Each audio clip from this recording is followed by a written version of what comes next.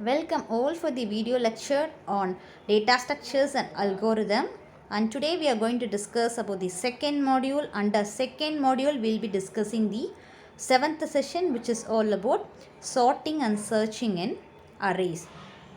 Okay, we have already seen what is array and what are all the operations performed in the array. We will see the continuation of that in today's session. What is array? Array is nothing but the collection of similar data items. We are going to group the similar data items under a common name as array. And what are all the operations we have seen in that array? We have discussed few operations like insertion, deletion, sorting, searching, to find and merging. These are all the few operations that we have discussed in the array. Okay, and we'll see the operation of sorting and searching in the array. What is sorting? Generally, what is the meaning for sorting? It is nothing but arrangement of things. Okay, here in data structure, sorting of arrays is nothing but we are going to arrange the elements in a specific order, or we are going to follow some order to do that arrangement. Either it may be an ascending order or a descending order, or we may give a lowercase to uppercase to lowercase, whatever it may be alphabetic order. So we will be giving some specific order to sort the elements in an array. This is what a sorting in arrays is. Okay, and we have different data structures to perform that. We have different sorting techniques to do this sorting operations. Some of the methods are insertion sort, bubble sort, selection sort, shell sort, heap sort, and the quick sort. Okay, we'll discuss one sorting technique among them, that is we'll go with the insertion sort. Okay, here in insertion sort we are going to arrange the element in specific order. Let it be in an ascending order. Now when a set of data are given, which is an unordered data, we are going to order those data. We are going to sort those data in a specific manner, and let us consider to be an ascending order for this example. Here the data will be given. I am going to sort the data in an ascending order through the insertion sort. So what is the logic followed in the insertion sort? The first element of the array, I consider that to be in a correct position. The first element of the array will be in a correct position, and the element what I am going to insert will be compared with the current position. And when it is less than that of the element what I am going to insert, if it is less than that of the current position, I am going to perform the operation of swapping. I am going to swap the data, or if not, I am going to store the data in the second position of the array. Let us see an example for that. See, here we have an array of 8 elements here. Okay, so since it is 8 elements, what will be the array size? Since we are starting with a of 0 to a of 7, we are going to store the 8 elements. Okay, how do we sort that element in stores? First, okay, I use a for loop here for iterating the data to fetch the data element and store. So I have 7 passes here. The first pass I will be storing the first element, and the second pass I will be storing the second element. Like that I will be storing the data in I, and for j I use a j variable to compare and store the data. To compare, and if the condition is true, I'll be checking for a condition and I will be storing the data. Okay, we'll start illustrating this. Okay, first data is 45, so I consider 45 as the first element and I store that at the 0th location. Okay, next element is 26 is the next element to be stored, so that will be obviously stored in a of 1. So in a of 1 I will be having 26. Since I have to sort that, now I am going to compare 45 with 26. Hence 26 is less than that of 45. I perform swapping. I am going to swap 25 with the 45. So now the sorted elements are not 25, 26. 26 followed by 45. Next element is the third element, it is 23. So I am going to compare that. 23 is the first element, which is 26. Again, comparatively 23 is less than 26. So I move 23 to the first element. Okay, that is a of 0. I will move 23 to the a of 0, and 26 will be there in a of 1, and 45 will be there in A of 2. And then what is the next element? Next element is 56. So I am going to compare with A of 0. So 26 is there in A of 0. So 56 is greater than. So no problem. I go to the A of 1. Again I have 26 there. And 26 is less than 56. So no problem. I go to increment my loop and I go to 45.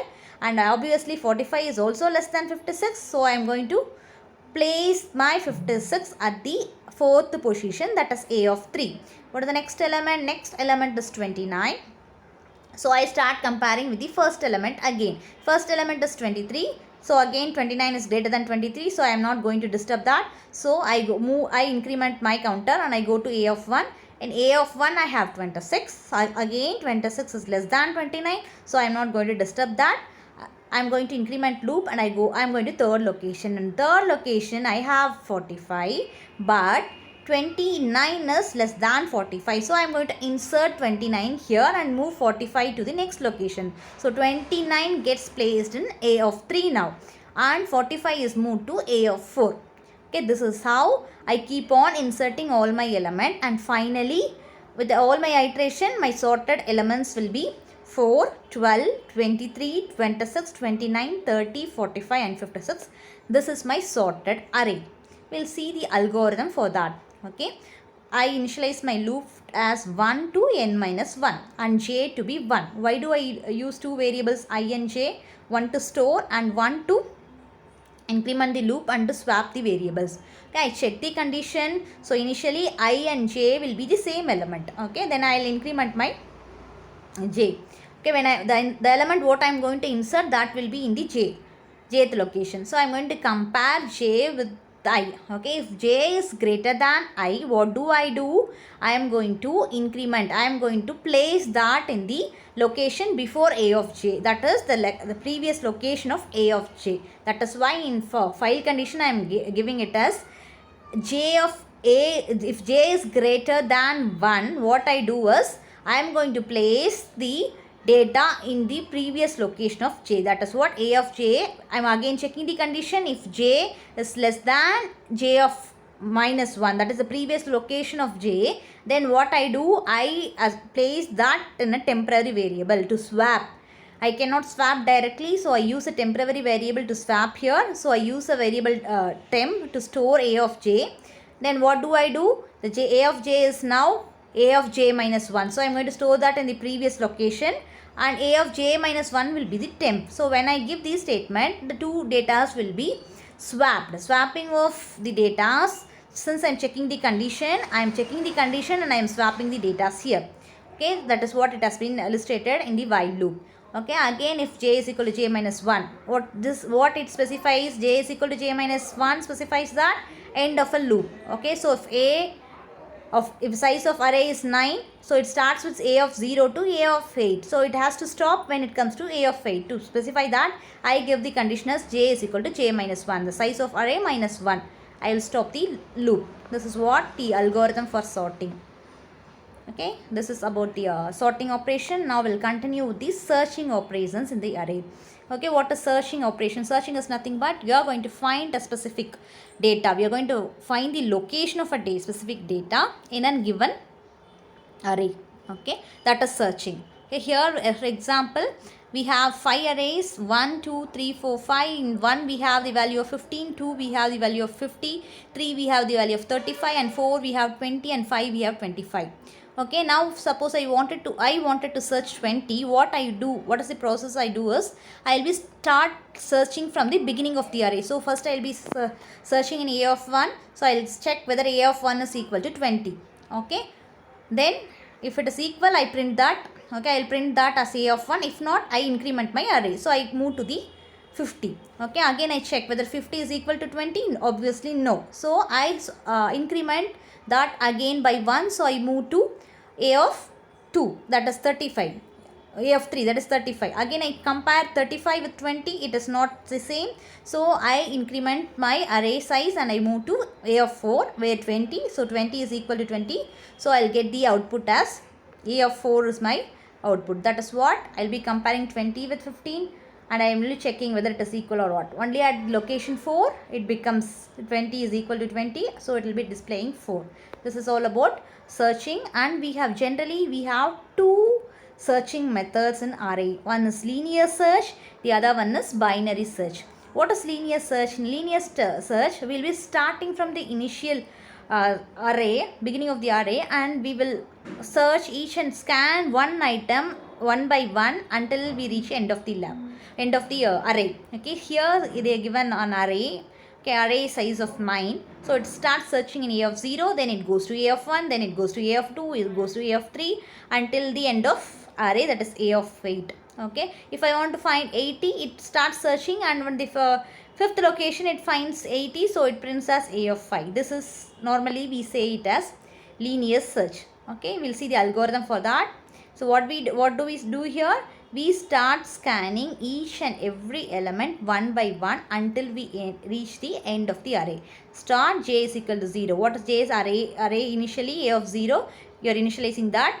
Then what? Repeat 4 and 5 while j is less than n. Until j is less than n, we are going to continue with the steps 4 and 5. What is 4 and 5?